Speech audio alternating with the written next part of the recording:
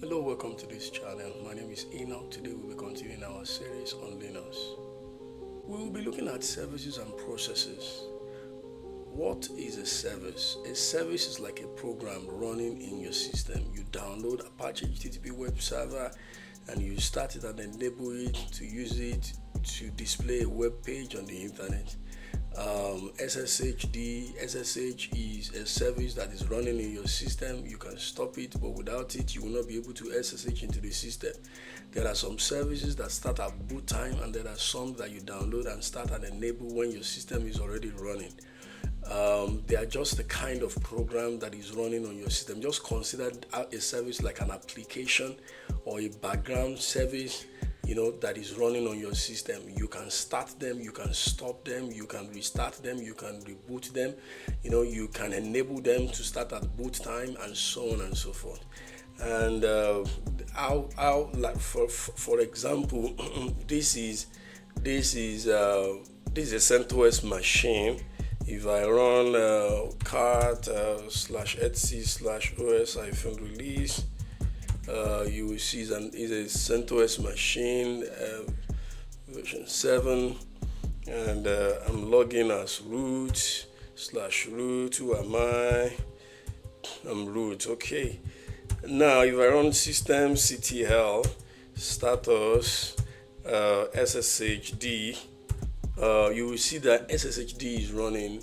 SSHD is a service that is running on the system, and it allows us to be able to make secure login into the system, make secure transfer, make secure communication between remote hosts, and so on and so forth.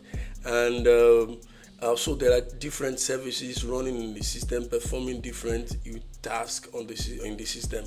Some are running in the background, some you can bring to the foreground,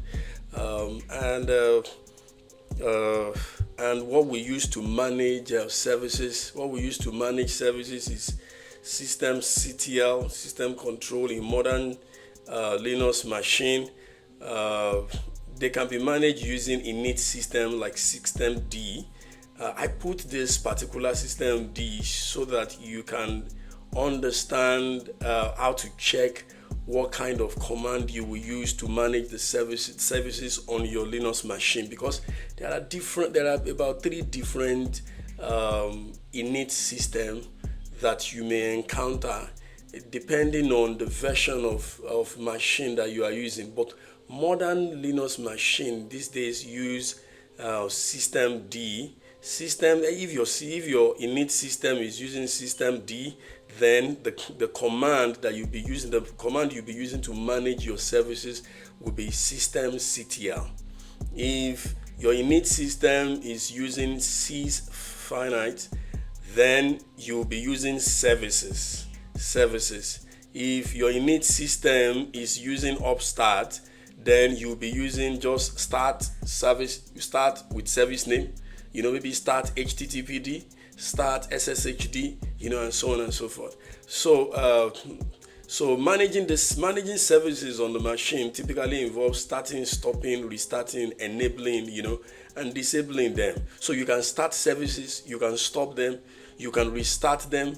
Maybe you make a change to a configuration file and you reboot the system. You can restart it for the changes to take effect. You can enable the system. When you enable the system, when you enable a service, it allows that service to start at boot time. You can reboot your machine. Any service that you don't enable will not start at boot time. So enable your service and it will start at boot time. And you can disable a service if you don't need them again and enable them again when you think you need them. So in modern system, like I said earlier, the command that is used to manage services is systemctl. But if systemctl is not working, you may want to just try services. I will show you more about it. So I said other init system, sysfinite, which uses service to manage services. That what I'm trying to say is that instead of using systemctl, you'll be running something like sudo service name start. Let me show you on the machine. On this machine, what I use to manage service is systemctl, because it's using systemd init service. Init init stuff. So systemctl status, let's say httpd. This one is not running yet, but I've downloaded it. But if you were using an earlier version of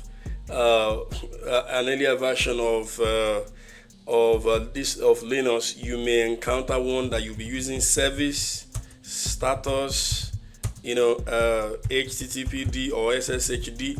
Let me use that. And it said the service command support only basic, So he said please try to use systemctl. All right, some people call systemctl system control. Okay, so just note that in some cases you'll be using start httpd, sshd.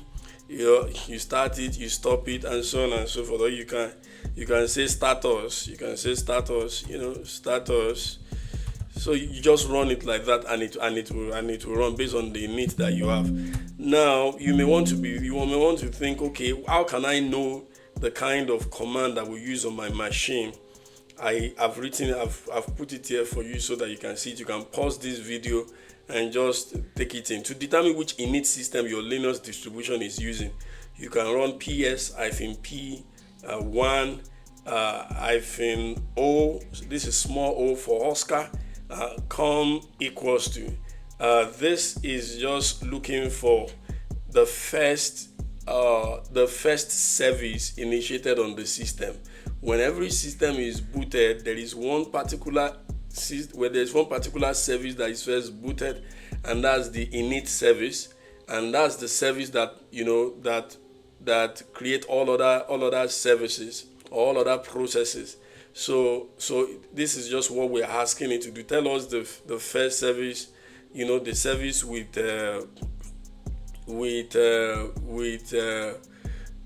one as the PID, as a process ID. So that's what we're trying to say in this place. So I can say ps-p1-o, and I can say com equals to, and it will tell me what is on the system. Systemd. Once you see systemd, most likely you'll be using systemctl to manage your services.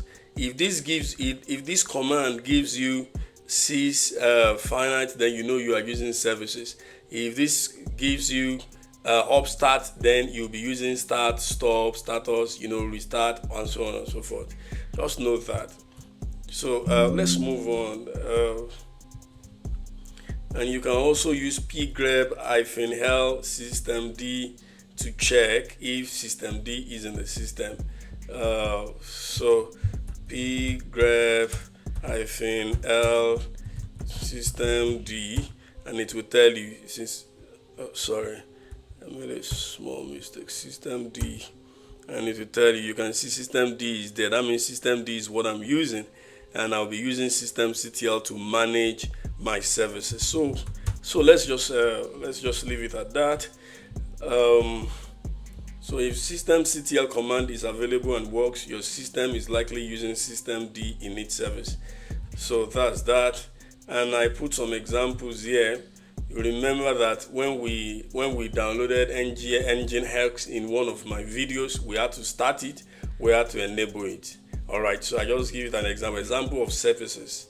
Nginx, HTTPD, which are web service application. MySQL, you will start it, you will stop it, you will enable it. SSHD, and so on and so forth. So managing services with systemctl, I just decided to give some examples here. So sudo system control start with the service name. Restart, so you can use restart or reload if you make any changes to the system, to the configuration file, and you have to restart it. I want to say that before you make any changes to any configuration file, make sure you make a copy of that file, so that if things go wrong, you can just restore the initial file that you have.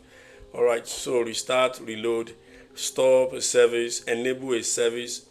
The essence for enabling a service is so that you can start at boot time, please. You can also disable a service. If you want to list the the unit of services that you have. You can use list unit, you can use all, you can use hyphen type equals services. Let me show you systemctl list hyphen unit. Unit is plural, and you can use hyphen all, and it will show you all the services that we have. You can just scroll down. Well, that's a lot, so I will just grab it, and we can use it to see the system that we can use it. Let's pipe it with HTTPD, and we can see whether HTTPD is in the system. We can pipe it with SSHD. You can see SSH is there. You can pipe it with network manager, and you can see network manager is also there. You can pipe it with cont. You can see cont service is there. Cron D is what is used to create a cron job. Cron job, I will probably tell you more about cron job later in subsequent videos. All right, so that's that. So let me give you some example about systemctl. Let's look at this. Status HTTPD, and you will see that this is inactive and is disabled. All right, so if I want it to start, I will just start it. And if I run status again, you will see that it has started. But you will see that if I reboot this system, you will see that this service will not start at boot time because I've not enabled it. Let's reboot the system. Let's reboot the system. Now let's log in again. Vagrant SSH web 02. This is web.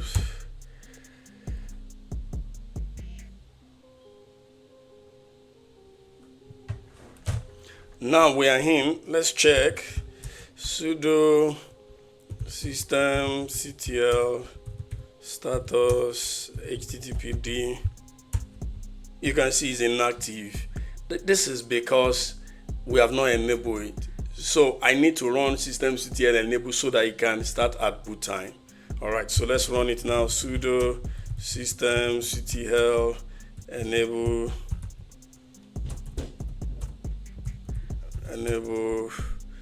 HTTPD. All right, now, and I also need to start it again.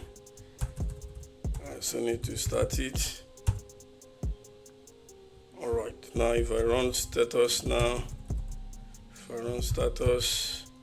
you see that the system is started and is enabled. All right, it is enabled. All right, so that's that. Just make sure you enable it so that it can start at boot time. All right, so that's that. Let's move on.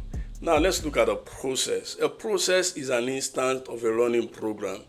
Now when you start a program, it will when you start a service, it can start multiple processes. A program starts and it starts up some other child processes. So a process is just an instance of a running program. Now a running application or a service generates a process. Each process is assigned a unique process ID. Processes can be created, managed, and terminated using various commands. And we are going to look at those commands today. Now, key concept that we need to know in a process. Let me show you something. Let me change. Let me change, and let's run. Okay, let's treat some of the command first, and I will be able to show you what I want to show you now. Process ID, key concept. Process ID is a unique identifier for each process, Like I told you, when you start a program, it can start a process. It will start a process that can start some other child processes.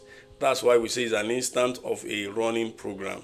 All right. Parent process ID is the process ID of the process that started this process. The process. A foreground process is a process that is interacting with the user through the terminal, and background processes are processes that run without user interaction. A daemon is a background process that run without user intervention. They often start at boot time. Threads are lightweight processes that share the same memory space. A zombie process is a process that has been terminated but still has an entry in the process table. A process that has stopped, a process that has completed execution but still has an entry in the process table. And an orphan process, as you may guess, is a process whose parent has been terminated. All right. Now, key commands that is used to manage process, or PS, which stands for process status, display information about active processes. Let's check that. I can run PS and it will show us whatever process is related to this particular terminal. This PID you are looking is a process ID. This TTY is talking about this terminal type, which is this particular terminal alone. This time is like the CPU time. And this is the command, sudo bash ps. It's just showing us exactly the process that we are running on this particular terminal. So that's that. If I want to see more, I can run ps-e, which shows all the running processes. ps-e, which shows all the running processes.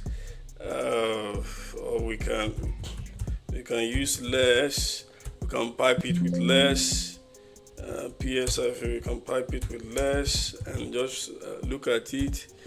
All right, PID TTY times. So this is not just displaying what is being run. The process that is being run on this terminal alone is displaying all the processes that is running in the Linux machine. Okay. All right, so I can scroll down and check more. All right, so let's that's that. And one of the most used command is ps-ef, which shows more details about all running processes in full format. ps-os to show detailed information about all running processes. Let's check it. ps-os. It shows you. Okay, let's clear the screen and let's pipe it with less so that we can analyze a little bit more. Yes, with less. All right, you see, this is the user. This is like the owner of the process. There's a process ID. This is a percentage of the CPU usage. This is a percentage of the memory usage. This is like the present memory. This is like the terminal. This is the status. This is the start time of the process. This is like the time the process has been running, and this is a command. So that's that. So ps-ef is one of the used. ps-ef. If you run this, okay, let's pipe it with less also. Let's pipe it with less. And let's see. You see, user ID of the process. Now PID, that is the process ID. PID, you see, PPID, that's the parent process ID. This is the CPU time or something. This is the start time of the process. This is the terminal associated. It's not putting any terminal. This is the time, and this is the command. All right. So that's that. Let's move on. But if you want to see more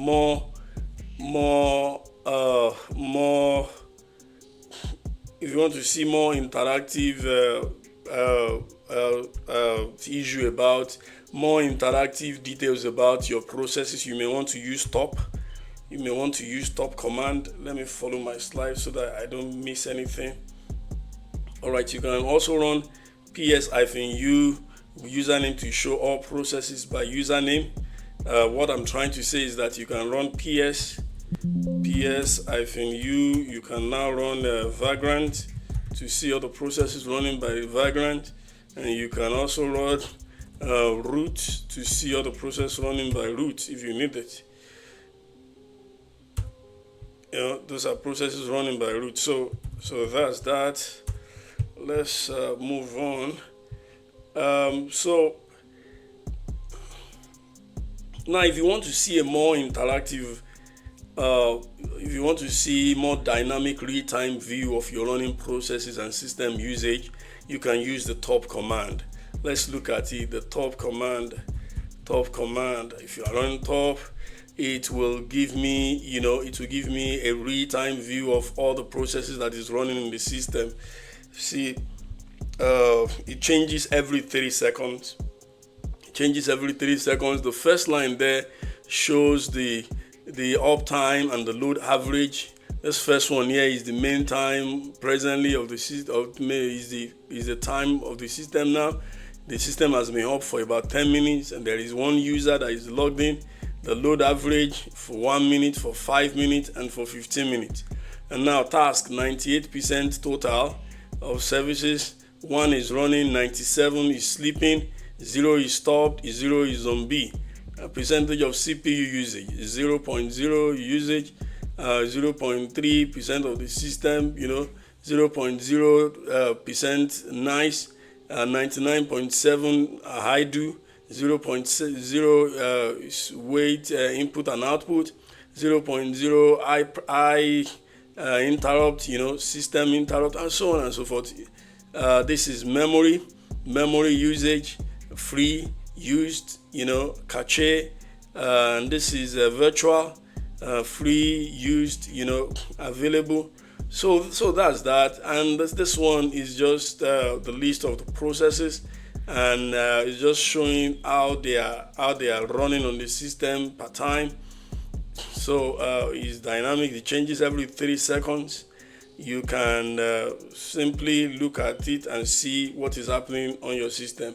And there are some things we can do with it. We can press C to see command absolute path. We can press K to kill a process using the process ID. Let us see how that works. C will show you the absolute path for this command. If I press K, it will give me an opportunity to kill a process using the process ID. Can just get a process ID and kill it and just put it here and press enter, and it will kill that particular process. All right, so I'm not going to do that. And you can press your Q to get back your shell. All right, so that's that about top. Now managing process also, you can use kill to kill a process. If you are trying to stop a process and it's not stopping, you can use kill to actually kill it, but it should be your last result, because it will not allow that process to clean up after itself. So it is always good to not use it except you have to use it. Use your systemctl most of the time to deal with the services. I can status httpd, and I can see this is running, and I can see ps-ef will give me all the processes that is running, and I can decide to pipe it with httpd, and it will show me all the processes that are running on httpd. You can see now, look at this. This is the PID is 1235 for httpd, and if you look at this process actually started this other process. So this is the process. This is the process ID that started all these processes. So this is the parent process ID, parent that created all this one, that created all these processes. All these processes, I can remove that last one by piping it, use -fee and use grep. I don't want to see that last one. Okay, all right. So I can see everything here, everything. So that's that. The init system started the HTTPD service, and the HTTPD service started all these other processes. All right, so I hope you understand that. There is a parent process ID.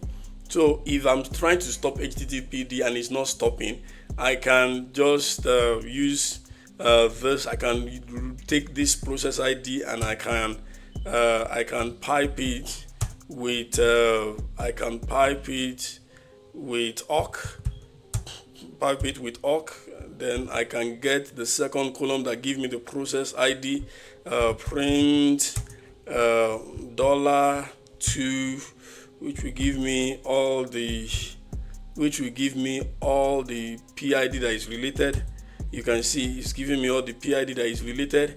And if I need to kill everything because I want to kill all the child processes that is related to HTTPD, what will I do? I will just do that, and there is a command called sanks. It will give all this as input to this kill command. To give it as input to this kill command, I can just use the kill and I can kill everything. And let me do it and let us see.